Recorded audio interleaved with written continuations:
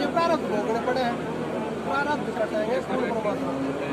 जैसे फांसी की सजा मिली, ना प्रधानमंत्री काट सके, ना मुख्यमंत्री, ना जेलर, ना एसपीडीएस, सिर्फ एक के पास पावर है, वो है राष्ट्रपति। राष्ट्रपति को एप्लीकेशन लिखो, वो आपकी वेरिफिकेशन करेगा जेल में, भाई तुम्हें जानबूझ कर हत्या करी है या कोई कारणवश करी है, वो मजबूरी बन गई। फिर देखेगा इसका व्यवहार कैसा है जेल में, ठीक रहा, किसी दुखी तो ना करता, ईमानदारी तरह है, पूरी वेरिफिकेशन करके जो आपकी जांच जाएगी उस हिसाब से राष्ट्रपति आपकी सजा माफ कर सकता है, चाहे फांसी भी, और किसी का अधिकार नहीं है। ऐसे ही आपके जो कर्म है, आपसे कितनी भक्ति कर लो, कितना दान कर लो, कितने बढ़िया कर्म कर लो, अगर आप पूर्ण परमात्मा कबीर साहब की भक्ति नहीं करते तो जो आपके भाग्य में लिखा हुआ है तो आपके साथ होगा, अच्छा भी होगा और बुरा भी होगा। ना तो ब्रह्मा विष्णु महेश काट सकते, ना दुर्गा जी काट सकती, ना गणेश, ना काट। कौन काट सकता? सिर्फ कबीर साहब। कबीर साहब कब काटेंगे?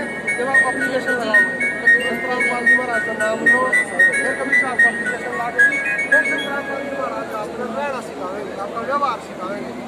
परमात्मा कहते हैं कि गरीबदास जी महाराज को धर्मराज के लोग में लेके गए। धर्मराज इतना, जैसे आप चीफ जस्टिस है, प्रधानमंत्री भी चला जाएगा ना तो भी वो अपनी कुर्सी नहीं छोड़ेगा, चाहे कितना बड़ा अधिकारी हो, जज अपनी कुर्सी नहीं छोड़ता। लेकिन राष्ट्रपति चला जाएगा तो उसने कुर्सी छोड़नी पड़ेगी, क्योंकि राष्ट्रपति का हर पद है। तो ऐसे ही ब्रह्मा विष्णु महेश के सामने भी ये धर्मराज कुर्सी नहीं छोड़ता।